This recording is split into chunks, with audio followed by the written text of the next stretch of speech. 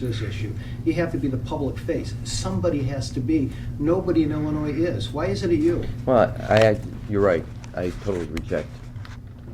Prior to my tenure as President Clinton's point person, I passed the Brady Bill. It was the first gun control in over 40 years since Robert Kennedy or Martin Luther King died.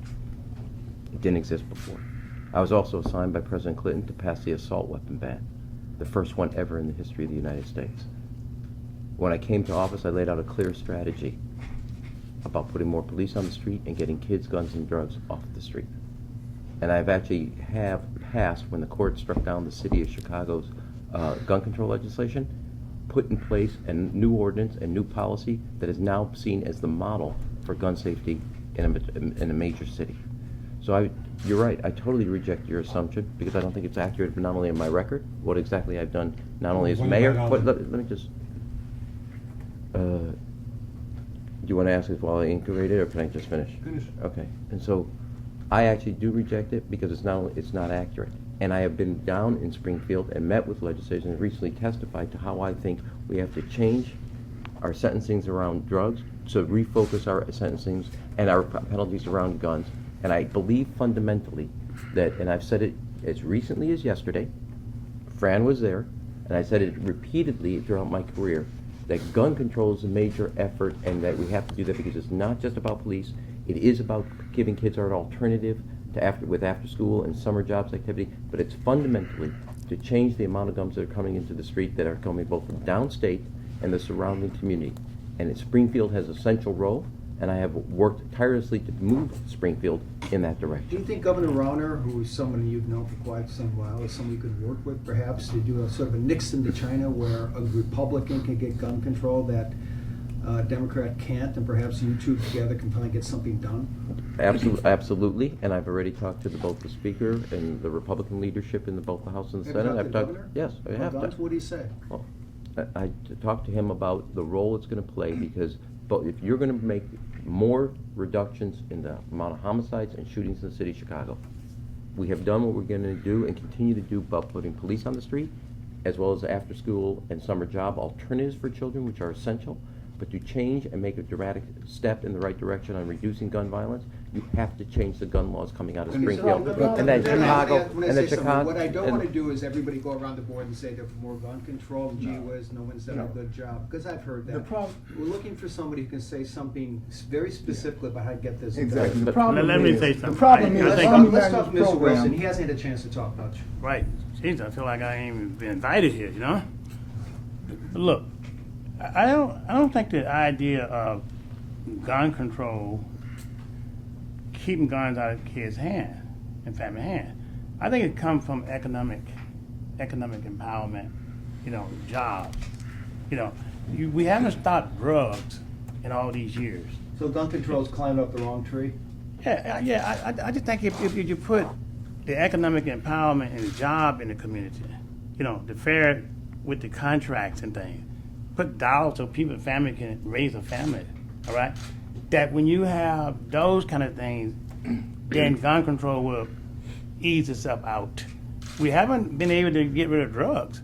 We're not going to stop by putting gun control, trying to control that. We're not going to stop that until you get economic within the neighborhood. I see your point. So do you agree with that? Do you think we're going up the wrong tree, that it's not about gun control, it's about the causes of people using guns? I think it's both.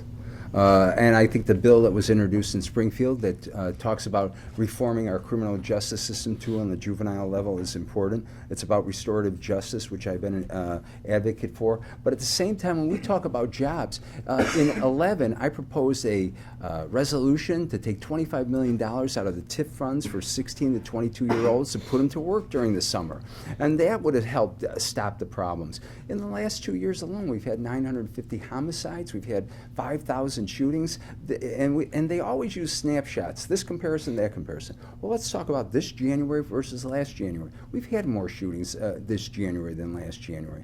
At the same time, the mayor touts this assault weapon ban. Well, that's been long gone. There was a sunset provision in that went back a few, several years. And so when we talk about that, we've got to be talking about what's happening in our communities and how we approach this. Mr. Garcia, what's your view? My view on guns is I've tried and worked at different levels to get them off the streets. As a leader in a community, head of a community development corporation, we had gun turn-in programs. We counseled young people about the dangers of gun, about how it would harm them if they were caught in possession of the guns. At the county board, I passed 2 ordinances dealing with gun safety at home, requiring owners to have trigger locks or to secure them in safe boxes. One, that was the protection of minors ordinance. The second one requires the reporting of lost and stolen guns. But let me say this, I think that the only way that you are more successful in reducing the number of guns is by creating safer, healthier communities with good schools. If children don't have the time to hang out on the street, to be recruited by gangs, to be lured into the drug culture, you have a much better chance of them learning how to reject those types of that lifestyle. The other very important part of it is going to be as we roll out an initiative around restorative justice in Chicago and Cook County, we're going to learn conflict resolution in communities that oftentimes feed young people into the juvenile justice system, and it tends to become a pipeline into jail. And I represent Cook County Jail on the county board in my district, so I understand the connection very well.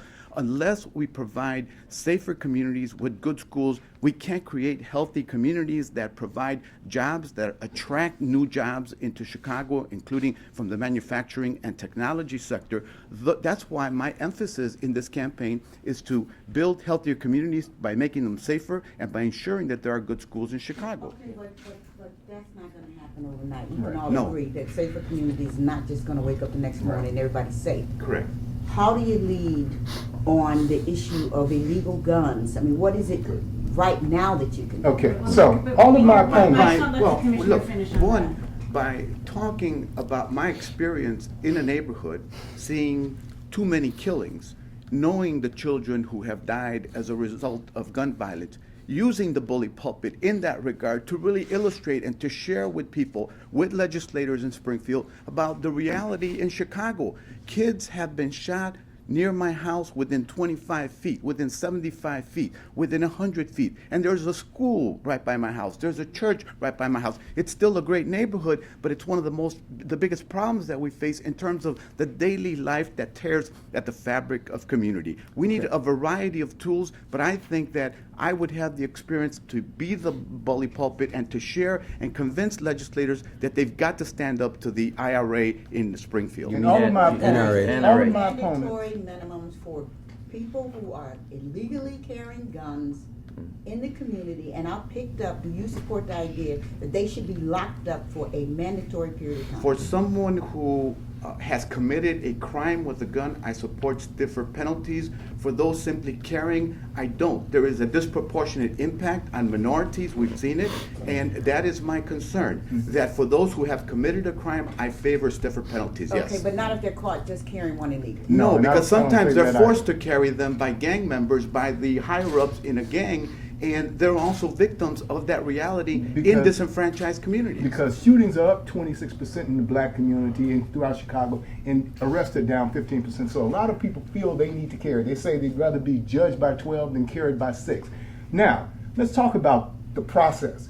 All of my opponents talk about what happens after the illegal guns and drugs are in our community. Remember, the supply preceded the demand. Even with drugs, they gave people drugs to get them hooked. They give them guns so that other people feel unsafe and need guns. So what do? We better protect our ports, airport, waterways, railways, and highways to stop the flow of illegal guns and drugs before they come into Chicago. So you enlist the support of the state police. You enlist the support of the suburban police. And everybody is on the same page, on the same wavelength, to make certain that those guns don't end up on our street, because once they hit our streets, it's way too late. And it's not difficult to do that. All it takes is coordination and communication between the various policing agents. So is that a no? You don't support the mandatory? I support mandatory when people have been caught with a gun that they used in a crime, But not if they just pick caught with an not illegal just gun. caught with an Can illegal I gun. say one thing? I've spent my public life fighting the NRA, which is why they've opposed my congressional races, why they oppose what I've done to help pass legislation on both the Brady Bill, the assault weapon ban. Too many parts of our city, there's too much familiarity with gun violence and the sound of gun violence versus the sound of laughter of children. I fundamentally believe we need a change to our gun laws. But it has to also be done in a way that also reflects changes we have to make throughout the criminal justice system. The criminal justice system is not set up to fight gun violence. That's why you have to reduce the mandatory penalties associated with narcotics and minor possession. We've done a model like that as it relates to marijuana in the city of Chicago, giving police discretion. But then You all have 15 times more blacks who are Wait. given, who are arrested as opposed to ticketed. So let me when you just talk do it. about those, I understand, No. but when you talk about those programs, it is I gave you a not chance gonna to be- finish, I know, remember? It Let is me- not gonna that's be fair. fairly, one second, Okay. I'll be through in just a moment. Okay. It is not fairly administered. Blacks are giving different sentences, they're not giving station house adjustment. The same is true when they're caught with illegal guns. But, Okay, okay, so but- let me finish. yeah, there's 2 points I just want to make. So you have to change the criminal justice system so focus on gun violence and take away the time and resources that are spent on minor narcotic possession. Second, the long-term solution to this is a rising graduation rate in high school. The common thread of those who are both victims and perpetrators of gun violence is the dropout rate. And the reason it's so essential to focus on what happens at our high schools and an increasing graduation rate is because those kids who come across the stage and get a diploma, they have a future they're thinking about. And if they have their future they're thinking about, an opportunity to look forward to, not only for themselves, but something else, they are not going to do something stupid today. So both the opportunities, let me just 1 second, the opportunities to address gun violence immediately is changing the criminal justice system so it's focused on it. The opportunity long-term is to also make sure more and more kids are graduating so they have a future they can look forward to, and they're going to invest it in themselves and do and stay on the right side of the tracks. Okay, here's what I'd like to do. We only have about 10 or 15 minutes left, and I want to use it well. So if you want to give one last, very brief, succinct I- response, and then I want to move to one last topic. And I really think we should look at the bill in Springfield that's before us. I think it has a lot of merit. I looked at it last week, and I think we need to have the judges have to continue to have discretion on this issue. But at the same time, when the mayor talks about how he's moved to do certain things in terms of the war on drugs, he forgot about his past history when he was an advocate on the war on drugs under the Clinton administration. He was an advocate on cutting welfare benefits at that time. And so when we look at what we're doing here, we need that holistic approach. I've been an advocate for let's make sure we get our schools. And when we talk about the now, I received a lot of college credits from Olive Harvey, and that was when I was in my high school. And I went to Gary Chico at one time. I went to Cheryl. Let's reinstitute those programs, in which the mayor is now talking about that they are doing. I'm glad about that. But at the same time, we need jobs during the summer. That's why that $25 million out of that TIF could have avoided a lot of the problems that we had in 2012. And why? Because people, when you're tired and you come home after, and I found the state grant this year and last year. I had 45 kids last year, 35 this year, $9 an hour from low-income families that came from all over the city